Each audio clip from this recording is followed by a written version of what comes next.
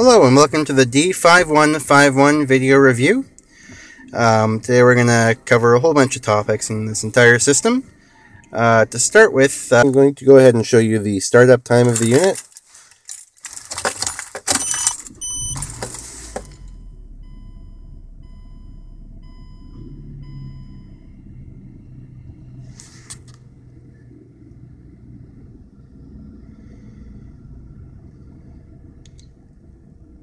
And that's it, it's running.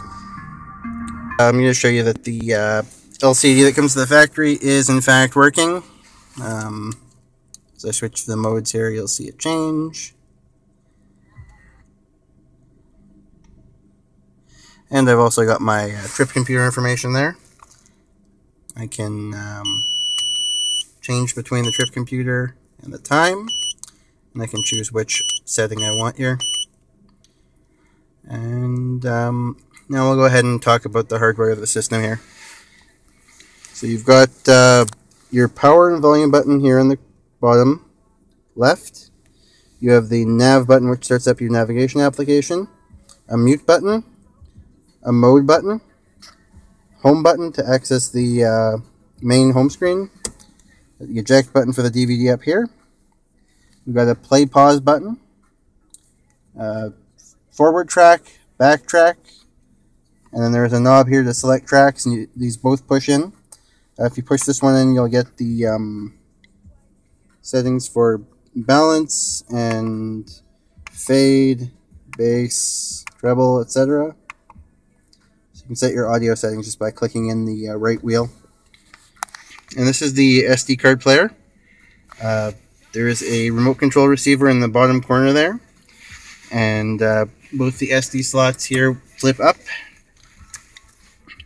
and you can flip these up. They're covered up, so they're not sticking out. And that's pretty much it as far as the hardware goes for the unit. There's also a microphone up in the top corner here for the telephone. And I'll show you the remote. This is the remote here. You can use it to access all of the same functions. So we can skip around tracks here.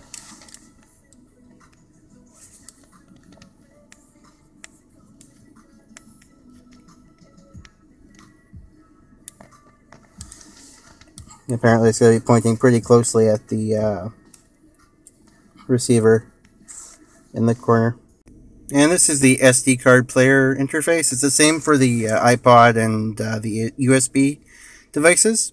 They're all pretty much the same player interface. So I've switched to track here. As you can see, the title of the song from the ID3 tag and the artist and so forth is all displayed at the bottom there.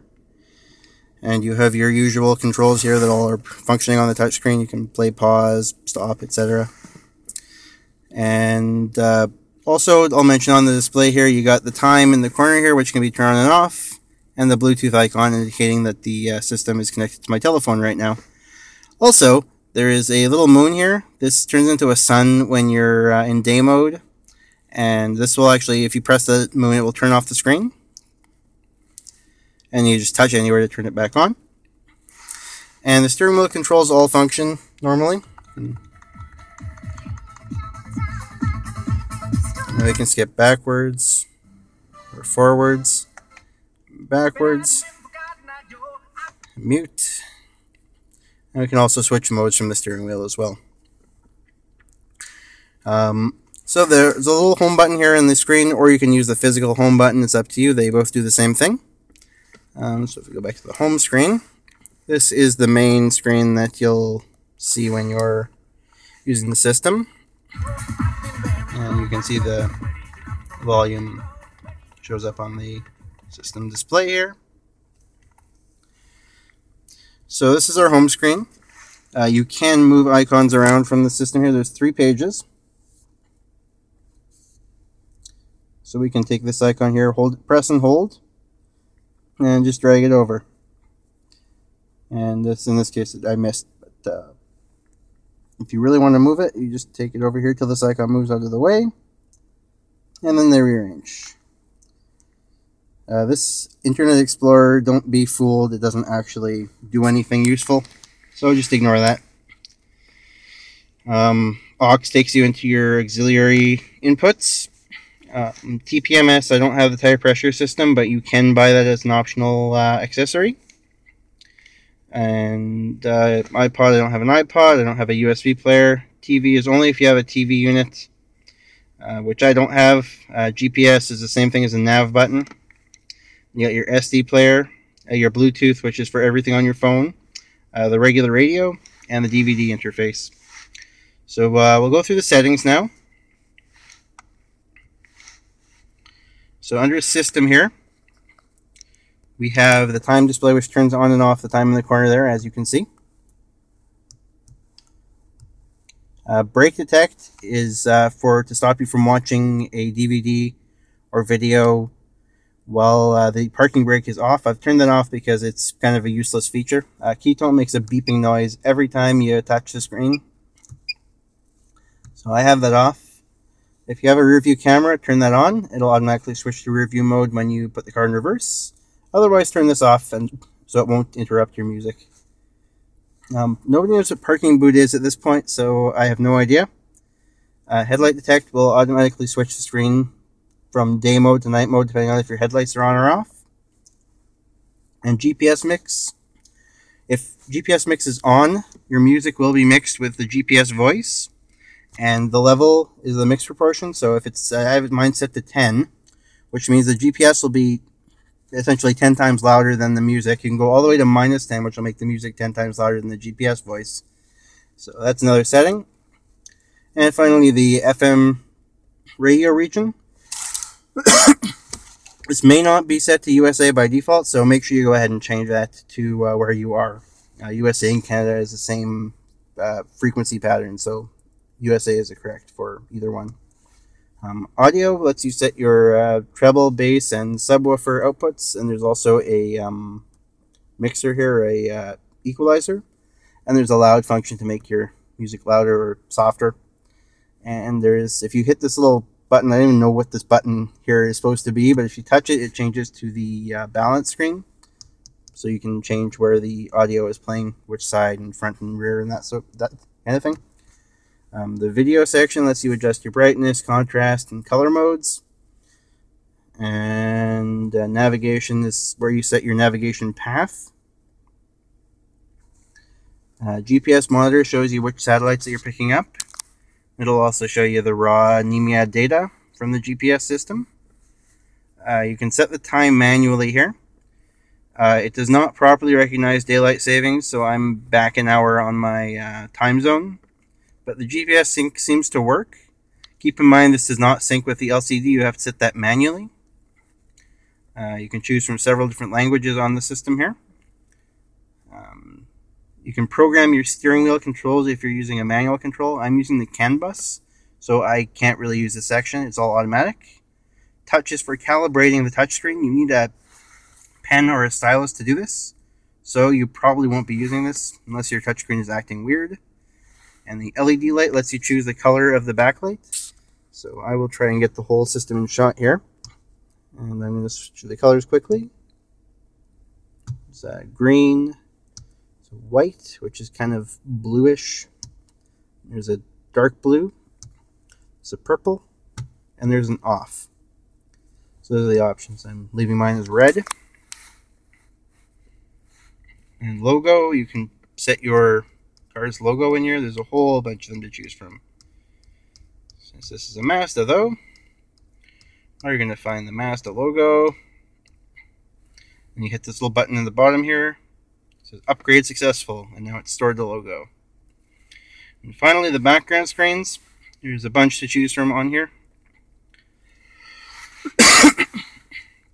I've also heard on the forums that you can put a background on your GPS SD card, and it will allow you to set that from there as well. So back to the home screen, and we'll go back to the SD player. Put some volume on here. Now these buttons here let you pick between just music, just videos, and I think just pictures. So selected videos, and I'm going to bring up one of the videos that I have on here.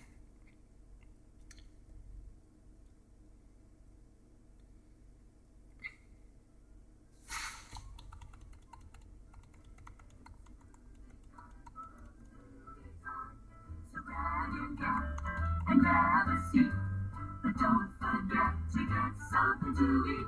Delicious meat and nutritious meat. You can't beat my meat for special. And touch the screen, and it'll bring up the menu. This is actually the same interface as the DVD player.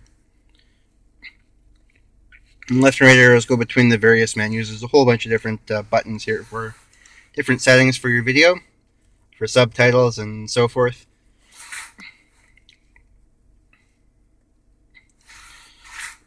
So that's pretty much it, and we'll stop this.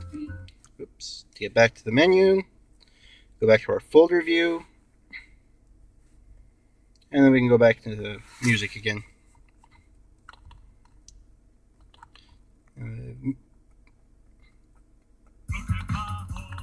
Now the music seems to play a little bit, or the video, I'm sorry, seems to play a little bit louder than the music itself, but it's not a big deal here or there.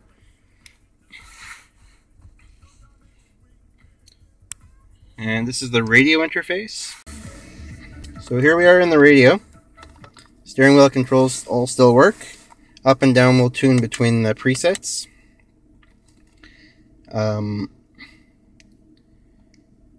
The system, you can also use these arrows here to tune back and forth, or you can slide your finger along the bottom. If you use the slide bar at the bottom, it will change your frequencies to even numbers, so just be cautioned about that. You have to go back to a preset to set it back to odd numbers. This is a bug that's hopefully going to be fixed soon. Also, on the display here, it doesn't always display the same frequency that you're actually listening to, so just keep that in mind. I'm not seeing, there's, I think, the RDS information there, yeah, under PS there.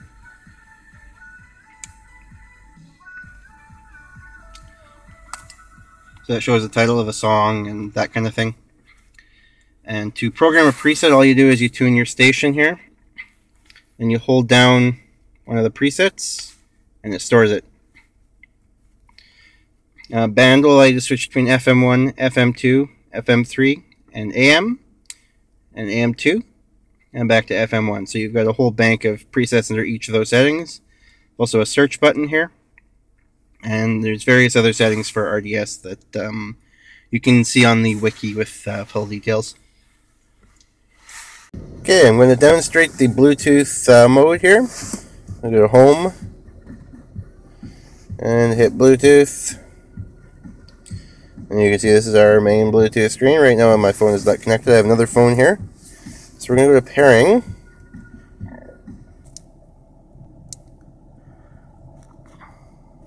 Okay, we'll try this again. One phone.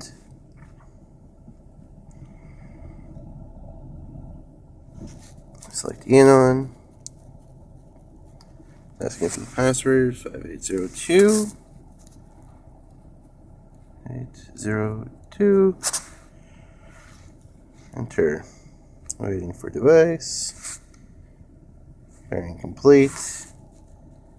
Don't show this again. Yes, we're going to accept the connection request. Do that little noise. Now Bluetooth is connected. And you can see Eonon's listed here. So now we can go to dial pad. And right now I can't make any calls because I don't have a SIM card for this particular phone. But you can enter phone numbers and hit call. And obviously it shows up here with the same phone number, so that works. Phone book. You can see here it's automatically retrieved my fake phone book here. That didn't require any intervention on my end here. Call log. Again, it's also automatic.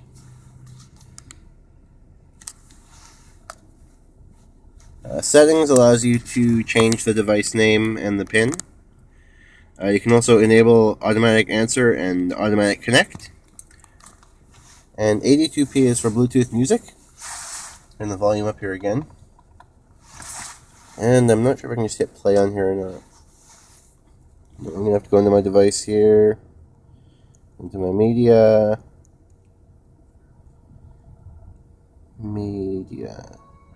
Oh wait, yep, I can just hit play.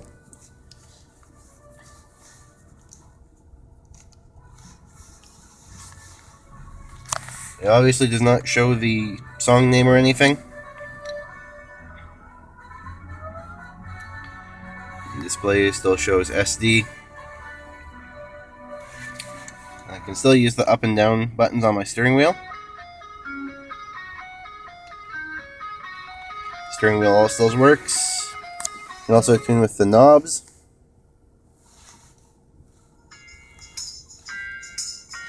And on the screen you can also control it. So that pretty much covers the entire Bluetooth music section. One more thing, if you're in the pairing screen here, if you hit this little icon down here, it'll take you to the device list. So it shows my BlackBerry device here, and you can choose to unpair, repair. You can delete it. And that's pretty much it.